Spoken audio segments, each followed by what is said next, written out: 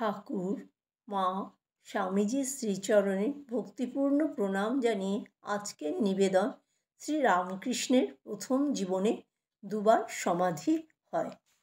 শৈশব থেকে যৌবনের প্রারম্ভ পর্যন্ত শ্রী রামকৃষ্ণের জীবন কামারপুকুরের নিভৃত পল্লীর ক্রোড়ে কেটেছে। তিনি ঘুরতেন মাঠে মাঠে, কখনো মাঠের পথে যেতেন দূরে কোনো এক তীর্থযাত্রায়। শ্রী রামকৃষ্ণের প্রথম জীবনে দুবার সমাধি হয়, আর দুবারই হয় দিগন্ত প্রসারী প্রান্তরে অনন্ত আকাশের নিচে। প্রথমবারের ঘটনা তার আত্মকথায়। ওদেশে ছেলেদের ছোট ছোট টেকোয় মুড়ি খেতে দেয়। ছেলেরা কেউ টেকোয়, কেউ কাপড়ে মুড়ি নিয়ে খেতে খেতে মাঠে ঘাটে বেরিয়ে বেড়ায়।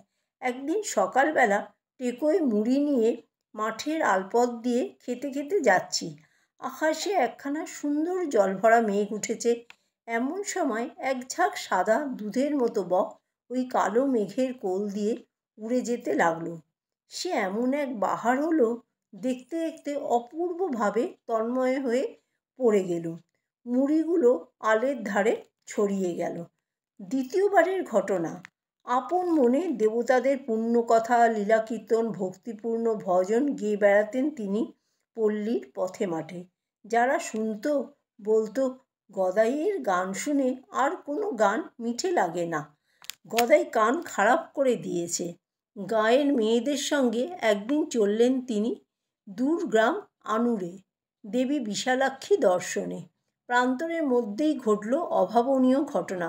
দেবীর মাহাত্ম্য কীর্তন করতে করতে শ্রী রামকৃষ্ণ হয়ে পড়লেন সংজ্ঞাহীন। জয় ঠাকুর, জয় মা, জয় স্বামীজি।